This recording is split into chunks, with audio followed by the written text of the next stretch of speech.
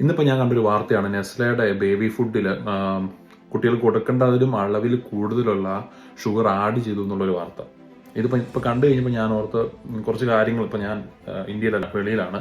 അപ്പോൾ ഞാൻ പലപ്പോഴും ചിന്തിച്ചിട്ടുള്ള പല കാര്യങ്ങളുണ്ട്. നമ്മൾ ഇവിടെ കഴിക്കുന്ന പല ഫുഡുകളും നമ്മൾ നാട്ടിൽ കഴിക്കുന്ന ഫുഡിൻ്റെ അത് ടേസ്റ്റ് അല്ല, നല്ല രീതിയിൽ വ്യത്യാസമുണ്ട്. നമ്മളിവിടെ കഴിക്കുമ്പോൾ കിട്ടുന്ന ഒരു ടേസ്റ്റേ അല്ല നമ്മുടെ നാട്ടിൽ കഴിക്കുമ്പോൾ. അപ്പോൾ ഞാൻ ഓർത്തിട്ടുണ്ട് എന്തുകൊണ്ടായിരിക്കും നമ്മൾ അതേ പ്രൈസ് കൊടുത്ത് മേടിക്കുന്നു, പക്ഷേ എന്തുകൊണ്ട് നമുക്ക് ഈ ക്വാളിറ്റിയിലുള്ള ഫുഡ് അവിടെ കിട്ടുന്നില്ല.